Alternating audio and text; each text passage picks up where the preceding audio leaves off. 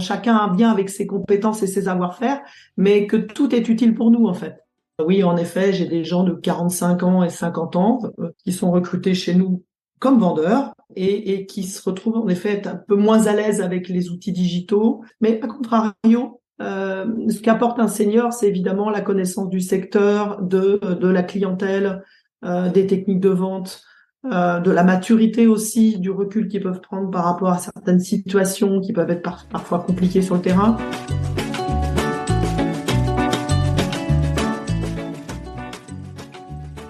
Vous écoutez le 42e épisode de PLAF.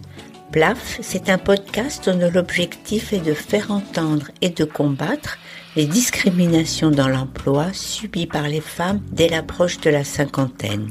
PLAF, c'est l'acronyme de Place aux femmes fortes. Je suis Claire Fleury, je suis retraitée, passionnée par les mutations du monde du travail, mobilisée contre les inégalités femmes-hommes et en campagne pour contribuer à déconstruire les stéréotypes agistes et sexistes. Je suis ravie parce que cette série sur la formation continue des 50 ans m'a conduit vers des secteurs d'activité peu investis par les femmes, a fortiori par les femmes de plus de 50 ans. Dans l'épisode précédent, on a pu faire la connaissance de Laetitia Massot, qui nous avait raconté son parcours de combattante pour se reconvertir dans la tech et devenir consultante Salesforce. Mais aujourd'hui, je vous invite à découvrir une responsable de formation, Nathalie Morin, qui publie, et c'est plutôt inhabituel, des photos de chariots élévateurs et de transpalettes sur son compte LinkedIn. Je l'avais repérée sur ce réseau en mai parce qu'elle avait écrit un commentaire sur un post anti-agiste de Valérie Raco. Alors je cite ce commentaire. « Dans mon entreprise Fenwick, on embauche et on forme des salariés sans distinction d'âge. Waouh, j'en tenais une entreprise résolument inclusive qui avait recruté une formatrice âgée de 51 ans. Ben oui, ça existe et personnellement je trouve vraiment choquant d'être obligé de penser que c'est si extraordinaire et exceptionnel. N'empêche que le parcours de Nathalie représente une lueur d'espoir. Alors bonjour Nathalie. Quand on s'est rencontrés la première fois dans l'été, je me suis dit que ta vie semblerait familière à beaucoup de femmes qui souvent traversent les mêmes épreuves que celles que tu as traversées et ont des questionnements identiques aux tiens. Bon, on va commencer par le commencement. Est-ce que tu peux nous parler de ta vie professionnelle avant d'arriver chez Fenwick? Je suis actuellement responsable de formation commerciale dans une entreprise de 3000 personnes. Auparavant, j'ai eu une formation technico-commerciale et je suis rentrée dans le monde du travail en faisant essentiellement de la vente pendant une dizaine d'années. Puis, je me suis mariée et donc je suis partie de la province pour revenir sur la région parisienne et m'installer avec mon époux à l'époque. Et j'ai donc dû quitter mon travail pour le rejoindre. Ça a été difficile de trouver quelque chose et j'ai donc décidé de changer de voie. Et j'ai fait une formation de formateur. Et ensuite, je me suis installée à mon compte pour vendre des prestations de formation en technique de vente essentiellement. On n'a pas une activité à plein temps tout de suite. C'était pas un choix, c'était dû à la situation économique de l'époque qui était pas rose. Et après, il se trouve que on a eu nos enfants. C'était une bonne solution d'être à temps partiel à ce moment-là pour pouvoir m'occuper des enfants. Mon mari, à l'époque, travaillait beaucoup. Donc, ça a été une décision d'un commun accord de faire que je continuais à travailler en temps partiel avec les deux enfants en bas âge. Bon, cette décision de temps partiel prise, comme tu le dis, d'un commun accord, on va y revenir en fin d'épisode. Donc ça a duré jusqu'à peu de temps, en fait, parce que mon mari et moi, on s'est séparés. J'avais donc la cinquantaine.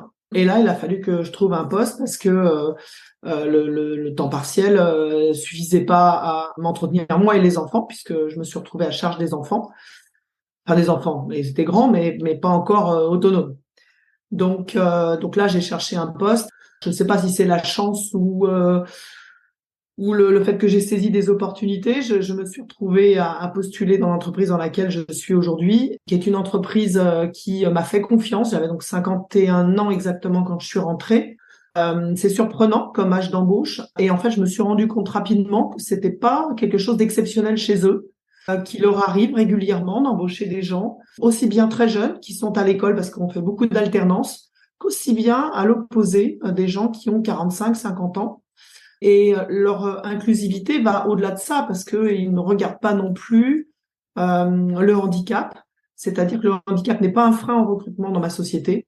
C'est aussi inclus dans les possibilités. On peut adapter les postes de travail, enfin, certains postes de travail, toute religion, toute confession, toute origine. On trouve de tout chez nous. Et c'est donc normal que quelque part les seniors soient aussi représentés. Bon, j'ai quand même envie d'en savoir un peu plus sur la manière dont tu as conduit ta recherche d'emploi. Peut-être que ça va donner des idées sur les manières de convaincre les recruteurs. Alors, ma recherche d'emploi, on l'a faite comme toute recherche d'emploi. Il y a évidemment son réseau d'abord, faire circuler son CV auprès de tous les gens que l'on peut connaître au niveau personnel comme au niveau professionnel. Et puis, faire de la recherche aussi sur des annonces, passer par Cadre Emploi à l'époque. Avec l'APEC, il y avait quand même des possibilités. Tu as cherché combien de temps? J'ai mis 1 an. Moi, je me suis estimée vraiment chanceuse sur le coup de mettre que 1 an pour trouver. Je savais que ça serait difficile, même impossible, et qu'il allait falloir peut-être me tourner vers des emplois peut-être subalternes par rapport à ce que je pouvais espérer avoir par rapport à mon expérience.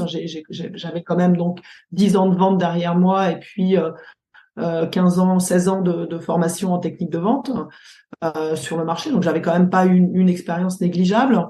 En plus, bon, je l'ai pas dit, mais j'ai travaillé aussi dans l'entreprise de mon ex-époux pendant 5 ans, où j'ai touché un petit peu à tout, aux ressources humaines, à la conduite de travaux, à la négociation avec les fournisseurs. Enfin, j'ai fait plein de choses. Et je pensais, voilà, que un poste de formateur en interne, c'était difficile à trouver. C'est difficile à trouver, ça l'est toujours d'ailleurs. J'ai répondu 2 fois à la même annonce. J'ai été surprise qu'ils me prennent, mais en fait, ils avaient du mal à trouver. Au début, ils avaient mis des critères qui étaient pas judicieux parce que ils voulaient vraiment quelqu'un qui venait du domaine de la manutention, qui ait des compétences techniques et commerciales. C'est assez difficile à trouver quand même. Ça fait quand même un mouton à 3 ou 4 pattes spécifiques. Voilà, une 5e même, pourquoi pas. Et c'est pour ça aussi, peut-être que je les ai motivés, moi, dans l'entretien, en disant, mais voilà, l'appétence technique, je l'ai. Je n'ai pas la connaissance technique pure de la manutention. Et je leur ai dit, c'est pas un problème pour moi d'apprendre.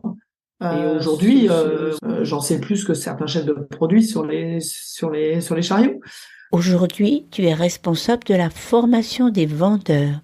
Chez nous, il y a quand même 2 écoles de formation. Il y a une école technique pour les techniciens et une école commerciale pour les commerciaux.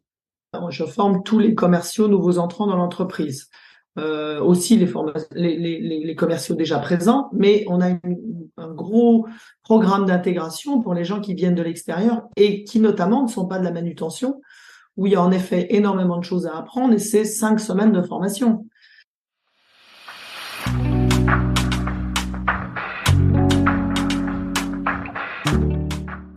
Alors, je voudrais bien t'interroger maintenant sur le fond du sujet que je voulais traiter ce mois-ci. Est-ce que tu crois qu'il y a des particularités auxquelles il faut réfléchir quand on conçoit ou qu'on anime des formations à l'intention de personnes qui sont âgées de plus de, 45 ans? Évidemment que j'ai une évaluation des populations qui rentrent. Il y a des différences. Ça serait difficile de généraliser, mais on peut donner des tendances. Évidemment qu'un jeune va être beaucoup plus alerte sur les nouveaux outils et qu'un senior, entre guillemets, j'aime pas trop ce mot-là, mais oui, en effet, j'ai des gens de 45 ans et 50 ans qui sont recrutés chez nous comme vendeurs et qui se retrouvent en effet être un peu moins à l'aise avec les outils digitaux. Il faut savoir qu'on a un CRM, et on a énormément d'outils et d'applications qui marchent sur le PC du vendeur pour qu'il puisse définir le matériel. Et donc forcément, ceux qui ne sont pas à l'aise avec ces outils, ils ont un petit peu de difficulté au démarrage chez nous. Mais à contrario, forcément, si certains ont des avantages, ils ont aussi des inconvénients et vice-versa. Donc, ils savent gérer des clients à plus haut niveau, ils savent aussi émettre une stratégie commerciale sur le terrain, ils savent faire de la prospection, ils savent tout faire. Donc, je dirais que ça contrebalance peut-être leur insuffisance technique digitale. A contrario, un jeune, bah voilà, il va être tout feu, tout flamme. Il va aller un petit peu dans tous les sens, alors qu'il faudrait faire une stratégie peut-être plus précise. Il faudrait aussi qu'il fasse de la prospection, et les jeunes n'aiment pas trop faire ça, alors que c'est absolument vital pour le métier d'un commercial. Et puis, ils vont avoir aussi, je l'ai vu souvent en coaching, parce que je fais aussi du coaching, quand on est sur le terrain, quand on accompagne des jeunes, parfois ils sont un peu timides par rapport à certaines fonctions dans l'entreprise. Ils ont un petit peu, voilà, ils se sentent un petit peu trop jeunes par rapport à un acheteur, par exemple, et donc ils savent pas avoir le lead sur le rendez-vous. Donc on voit bien qu'on est d'un côté ou de l'autre. Chacun vient avec ses compétences et ses savoir-faire, mais que tout est utile pour nous en fait. Est-ce que tu saurais dire s'il y a plus d'intégration ratée, plus d'échecs entre guillemets, avec les jeunes ou avec les plus âgés? Là, on peut pas faire de généralité, on peut pas sortir de tendance en se disant on a plus de turnover dans un cas ou dans l'autre. Mais en fait, comme on est présent sur toute la France, en local, il y a des habitudes de travail qui sont différentes. Il y a aussi des façons d'aborder la clientèle qui est un petit peu différente. On peut pas dire, voilà, dans tel endroit, un jeune n'est pas resté, c'est à cause de quoi? Est-ce que c'est à cause du management? Est-ce que c'est à cause de la société? Est-ce que c'est à cause des clients? Est-ce que c'est parce que ça va pas assez vite? Ou parce qu'il est pas assez bon, lui? Parce que peut-être aussi qu'il est pas bon commercialement non plus, hein. C'est compliqué on peut, à chaque fois que quelqu'un ne reste pas, soit il part, soit nous, on le garde pas, on peut dire pourquoi, mais on peut pas mettre une tendance générale sur la France. Tu ne nous as pas encore parlé du fait que Fenwick appartient à un secteur d'activité où il n'y a pas trop de femmes. Alors, la manutention, c'est un milieu très masculin. C'est pour ça que j'étais surprise, en fait, de réussir ces entretiens de recrutement. Après, dans le recrutement chez nous, encore une fois, en effet, avant, il y avait beaucoup d'hommes, mais il y a quand même quelques commerciales chez Fenwick. De plus en plus. Et je le vois dans mes sessions de formation d'intégration. Il y a 7 ans, quand je suis arrivée, c'était 100% d'hommes. Là, sur les 2 ans qui viennent de passer, j'ai au moins une femme à chaque session. Parfois, il m'en arrive d'avoir 2, donc je suis très contente. On en a sur le terrain qui réussissent très très bien. C'est vrai qu'il faut avoir du caractère, c'est sûr, pour s'imposer déjà au sein de son agence, parce que c'est en effet aussi dans les agences, il y a beaucoup d'hommes. Mais on a de plus en plus de responsables équipe service qui s'occupent des techniciens qui sont femmes. Donc, en termes de management, il y a des femmes qui rentrent dans le milieu de la technique. Et comme je te l'ai dit, quand on a pris contact ensemble, j'ai même eu 2 femmes de 50 ans en même temps dans la même formation commerciale. Elles sont encore dans l'entreprise. Non, ça fait 1 an. Elles ont mis un petit peu plus de temps à cause de leur manque d'appétence aux outils digitaux. Et puis parce que à partir d'un certain âge, moi-même, hein, je l'ai vécu, l'apprentissage est plus long. En fait, on apprend moins vite, le cerveau est moins souple. Donc, dans les 5 semaines de formation, il y a quand même beaucoup de choses à apprendre. Faut revenir sur l'ouvrage plusieurs fois. Moi-même, j'intègre des nouvelles compétences régulièrement pour des nouveaux sujets de formation. Je vois bien que je suis plus longue que mes collègues. Alors, est-ce que ça veut dire que tu conclus que quand on pense la formation pour les salariés en deuxième partie de carrière, est-ce que tu conclus qu'il faut envisager des temps d'apprentissage et des modalités de formation qui seraient plus adaptées? Je pense qu'il faut adapter en effet les méthodes de formation. C'est pareil aussi à l'école, hein. Je pense que tous les enfants n'apprennent pas de la même manière. Quand on arrive à un certain âge, on a besoin de comprendre, on a besoin de revoir les choses plusieurs fois, on a besoin d'essayer et de répéter. Donc moi je peux pas. Enfin, dans mes programmes d'intégration, voilà, quand j'ai un groupe, je l'ai pour 5 jours d'affilée. Et j'ai tout le monde en même temps. J'ai pas suffisamment de ressources en interne, parce qu'on est que 2 à former. J'ai pas suffisamment de ressources en interne pour me dire, je vais déployer du temps spécifique pour une partie du groupe. Par contre, j'ai toujours un regard individualisé sur les parcours de formation. Et donc, je m'adresse à chacun d'entre eux différemment en leur donnant mon point de vue sur ce qu'il faut faire en termes d'apprentissage une fois qu'ils sortent de la classe, enfin, qu'ils sortent de la salle de formation, en leur expliquant que pour apprendre, voilà, il va peut-être falloir aborder la chose de différentes façons.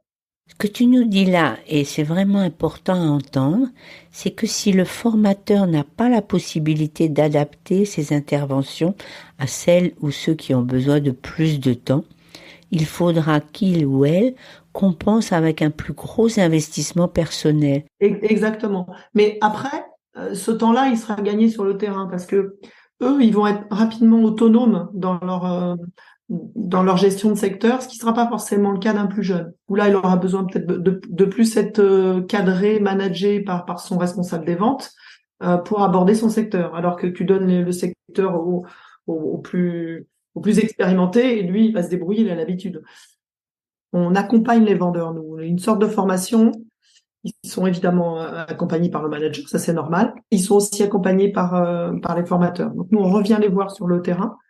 Et la formation ne s'arrête que quand ils ont eu leurs 2 accompagnements.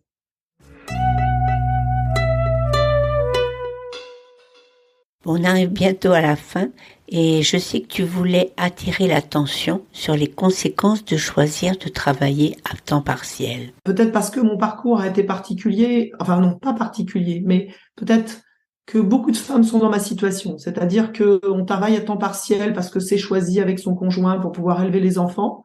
Quand on se retrouve à l'heure de la retraite, on a une retraite, moi je vais avoir une retraite absolument minable parce que pendant 16 ans, j'ai travaillé à temps partiel. Donc ça, c'est une situation qui a été choisie entre moi et mon ex-époux. Ça a eu un intérêt pour les enfants. Il y a des milliers de femmes, des millions de femmes qui sont concernées par ça. Et je trouve ça pas juste parce que voilà, c'était un choix de couple. Seulement aujourd'hui, il y a beaucoup de couples qui se séparent. Et la femme, elle sera quand même impactée au moment où elle devra partir en retraite parce qu'elle n'aura pas une suffisamment bonne retraite et puis elle devra partir en retraite plus tard. Bon, je veux bien sûr rebondir sur cette question qui est un peu en dehors du sujet du jour, mais de pleine actualité. Bon, on connaît maintenant les chiffres d'inégalité femmes-hommes au sujet de la retraite. Les pensions de droit direct des femmes sont inférieures de 39% à celles des hommes et les femmes travaillent 7 mois de plus que les hommes. Les causes sont multiples, mais le temps partiel pèse lourdement. Alors voilà les chiffres plaf de cet épisode. Ce sont des chiffres que je n'ai pas encore donnés. Sachant que 18% de tous les salariés français travaillent à temps partiel. Combien sont les femmes et combien sont les hommes ? 28% de femmes travaillent à temps partiel et seulement 8% d'hommes. Quand le couple hétérosexuel s'interroge sur la prise en charge des responsabilités parentales et domestiques, il choisit d'un commun accord, nous a-tu dit Nathalie, que c'est la femme qui va travailler à temps partiel et qui, à ce moment-là, ne mesure pas forcément les conséquences considérables que ça aura sur sa pension de retraite. Bon, ça sera ma dernière question, Nathalie. Est-ce que tu as envie de nous donner ton avis sur la situation en emploi des salariés de deuxième partie de carrière ? Aujourd'hui, il y a des sociétés qui sont capables d'embaucher des jeunes comme des moins jeunes. On le voit dans la mienne, par exemple, dans ma société à moi. On embauche des femmes et on embauche des femmes qui sont pas forcément toutes jeunes comme moi. Et c'est possible d'avoir un travail. Donc, si c'est possible chez nous, je suis sûre que c'est possible dans d'autres sociétés, quoi. Donc, il faut que les entreprises ouvrent leurs portes à aussi bien des femmes seniors que des hommes jeunes ou des femmes jeunes et des hommes seniors. Enfin, voilà, tout le monde peut aller au boulot, quoi. On a tout à gagner, à être tous flexibles, aussi bien les individus que les entreprises.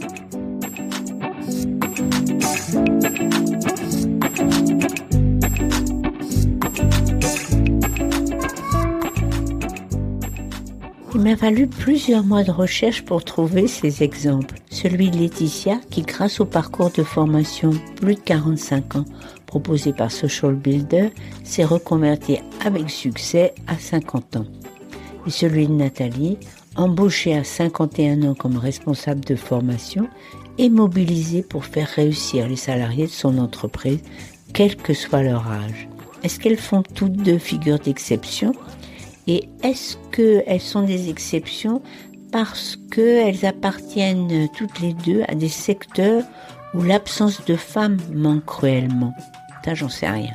Pour conclure, comme le dit Nathalie, si Fenwick le fait, d'autres entreprises peuvent le faire. Dans le prochain épisode, on conclura la série avec une étude réalisée en 2019 par 2 chercheurs du CEREC auprès de salariés et d'entreprises. Qui sont les salariés de plus de 50-55 ans qui se forment ou qui ne se forment pas? Quels en sont les freins? Quels leviers pour améliorer un état des lieux qui fait apparaître beaucoup d'inégalités? Je vous remercie pour votre écoute et vous retrouverez avec très grand plaisir le 28 janvier prochain.